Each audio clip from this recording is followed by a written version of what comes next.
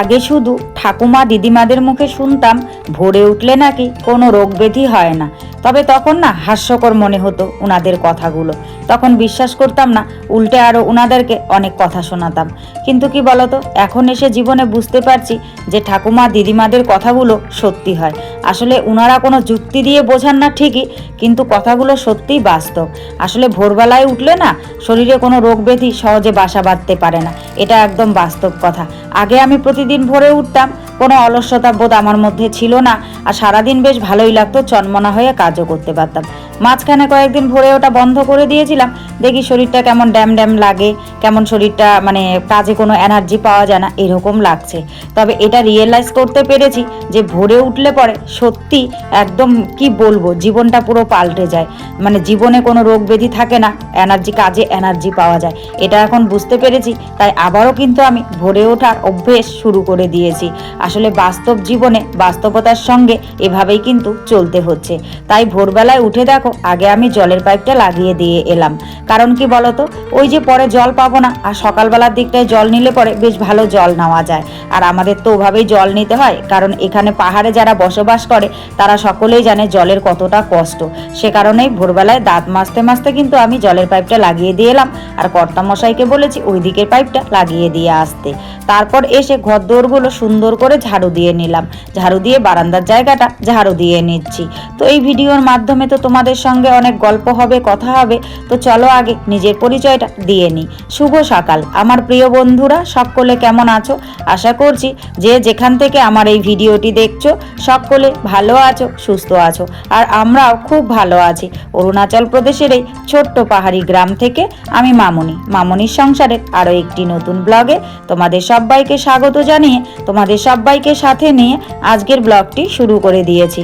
আমি আশা করছি আজকের ব্লগটিও তোমাদের খুব ভালো লাগবে, তাই সম্পূর্ণ ব্লগটি জুড়ে আমার সাথে থাকার অনুরোধ রইল। আজ হলো শনিবারের সকাল, আর ঘড়ির কাঁটায় বেজেছিল সকাল 5:15, আর 5:15 থেকেই আমি তোমাদের সবাইকে সাথে নিয়ে আজকের ব্লগটি শুরু করে দিয়েছি।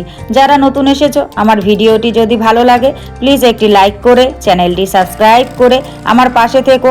আর যারা আগের থেকেই আমার পাশে আছো তাদেরকে আমার অসংখ্য অসংখ্য ধন্যবাদ, আর আমার মন থেকে অনেক অনেক অনেক ভালোবাসা।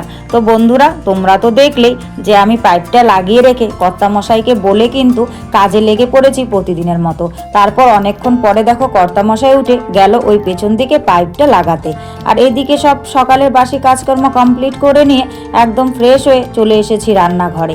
রান্নাঘরে এসে মেয়ের দুধটাকে গরম বসিয়ে দিয়েছিলাম। মেয়ের দুধটাকে আগে গরম করে নিই, কারণ না হলে যদি ফেটে যায়, সে কারণে দুধটা আগে গরম করে নিয়ে তারপর দেখো আমি চা বসিয়ে দিয়েছি। দুজনার জন্যই চা করে নিচ্ছি। আর আজকে কিন্তু ওই মেয়ের দুধ দিয়ে চা খাচ্ছি। আমি এরকমই করি জানো তো, মাঝে মাঝে যখন মেয়ের দুধ থাকে না তখন ওই দুধ দিয়ে চা করি। তবে কর্তামশাই একটুখানি বকেন ঠিকই, তবুও খাই, ইচ্ছে করে সে কারণে। আর দেখো কর্তামশাই কেমন ঠান্ডার জন্য কম্বল মুড়ি দিয়ে চা খাচ্ছে, আর আমি এগোরে বসেই চা খেয়ে নিলাম। চাটা খেয়ে আবারও সোজা চলে এসেছি রান্নাঘরে। কারণ কি বলতো, ওই যে সকালের খাবার করতে হবে, আর আকাশটা না আজকে একটু খারাপ করেছে জানো তো। তো সকালের খাবারের জন্য কালকে রাত্রিরে রান্না করেছিলাম, কালকে তেমন একটা সকলেই খাওয়া দাওয়া করতে পারিনি, তো পুরো ভাতটাই আছে। সে কারণে বাসি ভাত খাওয়া যাবে না বলে ভাবছি যে এই ভাতটা দিয়ে সকালের নাস্তা বানিয়ে ফেলি। সে কারণেই দেখো আমি কিন্তু এই বাসি ভাতগুলো দিয়ে ফ্রাইড রাইস বানিয়ে নিচ্ছি। সাথে দুটো ডিম দিয়ে দিয়েছি, কারণ ডিম দিয়ে ফ্রাইড রাইস বানালে খেতে বেশ ভালো লাগে। আর সঙ্গে দিয়ে দিয়েছি পেঁয়াজ, শুকনো লঙ্কা ফোড়ন, আর হচ্ছে কাঁচা লঙ্কা চিড়ে দিয়েছি। এভাবে ফ্রাইড রাইস খেতে কিন্তু খুব ভালো লাগে, আমাদেরও খুব ভালো লাগে। তবে কি বলতো, এটা যদি বেশি পরিমাণে খাওয়া যায় তাহলে একটা গ্যাসের আশঙ্কা থাকে, সে কারণে খুব একটা খাই না। কিন্তু আজকে যেহেতু অনেকটা পরিমাণে বাসি ভাত ছিল, সে কারণেই কিন্তু এই ফ্রাইড রাইসটা বানিয়ে নিয়েছি। বাসি ভাত বলতে রাত্রিরে রান্না করেছিলাম, রাত্রিরে রান্না করা ভাত সকালে খাওয়া যেত, তবুও ওই ফ্রাইড রাইস করেই সকলে মিলে খেয়ে নিয়েছি। তারপর মেয়েকে রেডি সেডি করিয়ে এই যে স্কুলে এগিয়ে দিতে যাচ্ছি, কারণ কর্তামশাই ফ্রাইড রাইস খেয়ে বেরিয়ে গেছে। ওনার ফোন এসে গেছিলো, ডিউটি পড়ে গেছে, তাই উনি আর ছিল না বলে আমি এগিয়ে দিয়ে আসছি। একা একাই যেতে পারে, কিন্তু রাস্তাটা যেহেতু এরকম তাই একটুখানি এগিয়ে দিয়ে আসি। মেয়েকে স্কুল পর্যন্ত পৌঁছে দিয়ে এসে আবারও কিন্তু কাজে লেগে পড়েছি। কাজে বলতে এই যে বিছানাটা অগোছালো হয়ে আছে, এখন বিছানাটাকে গোছাবো, তাই বিছানা গোছাতে লেগে গেছি।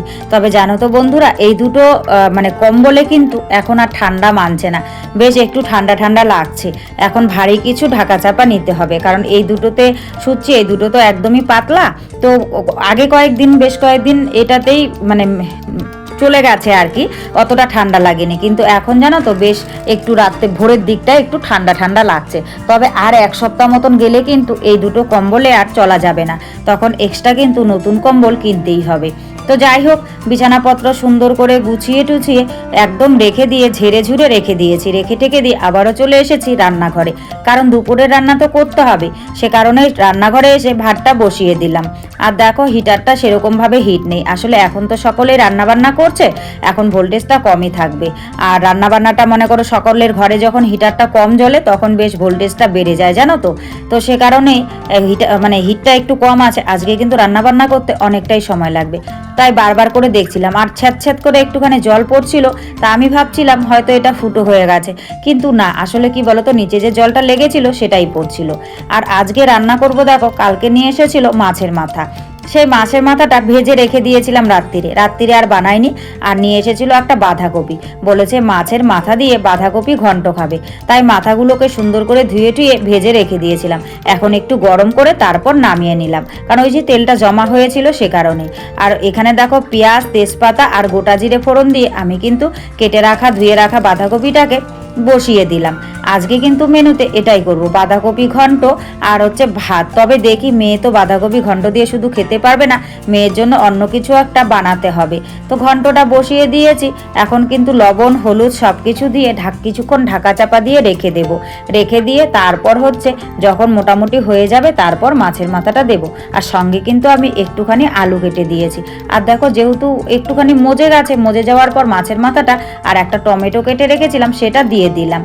দিয়ে এখন নাড়াচাড়া করে আবারও কিন্তু কিছুক্ষণের জন্য ঢেকে রেখে দেবো। এভাবেই কিন্তু আমি ঘন্টটা করব বেশ শুকনো শুকনো পরিমাণে। আর জানো তো, আজ কিন্তু ঘন্টটা খেতে বেশ ভালো হয়েছিল, ভাবতে পারিনি এতটা ভালো হবে। তো বাঁধাকপি ঘন্ট আমার হয়ে গেছে। এখানে মেয়ের জন্য বসিয়ে দিয়েছি জল। আর রান্না করার পরে ঘন্টটা দেখো দেখতে কিন্তু বেশ ভালো লাগছে, জানো তো। তো আজকে কিন্তু আর কিছু করিনি, মেয়ের জন্য শুধু পরে খাওয়ার সময় ডাল আর ডিম সেদ্ধ করে দিয়েছিলাম। আর এদিকে দেখো, আমি আবার কড়াইটা মেজে ধুয়ে কিন্তু বসিয়ে দিয়েছি। এই লবণটা ভেজে নিচ্ছি। আসলে আমরা তো পাতে কাঁচা লবণ খাই, তাই লবণটা ভেজে রেখে দিই। ভাজা লবণ খেলে কোনো রকম কোনো ক্ষতি হয় না, সে কারণে লবণটা ভেজে খাওয়ার কৌটোটার মধ্যে রেখে দিই, যখন পাতে লবণের প্রয়োজন হয় নিয়ে নিই। তারপর রান্নাবান্নার পর ওই যে ডাস্টবিনটা ফেলে দিয়ে এলাম ওই দিকটায়। আর এদিকে দেখো, মেয়েও কিন্তু চলে এসেছে। বললাম না আজ অনেকটা সময় লাগবে, সে কারণেই কিন্তু রান্নাবান্না করতে অনেকটাই সময় লেগেছে। আর সকালের দিকটা আকাশটা মেঘলা ছিল, তারপর একটুখানি রোদ্দুর উঠেছে। তাই কর্তামশাইয়ের একটা প্যান্ট আর দুটো গেঞ্জি শার্ট আর কি। তো ভাবলাম যে না, ওগুলোকে একটুখানি কেচে দিই, যেহেতু একটুখানি রোদ্দুর উঠেছে, না হলে জামা কাপড় আবার অনেকগুলো জমে যাবে। তাই সেগুলোকে কেচে এখানে মেলে দিতে এলাম। আর দেখো, সকলেই কিন্তু এখানে মেলে দিয়ে গেছে। তো যাই হোক বন্ধুরা, সব মিলিয়ে আজকের ব্লগটি তোমাদের কেমন লেগেছে অবশ্যই কিন্তু তোমরা কমেন্ট করে জানাতে ভুলো না। আর আজকের ব্লগে যদি কিছু ভালো লাগে তাহলে প্লিজ একটা লাইক করো, কমেন্ট করো, শেয়ার করো। আর আমার চ্যানেলটিকে সাবস্ক্রাইব করে এভাবেই আমার পাশে থেকো। সকলে ভালো থেকো, কেমন?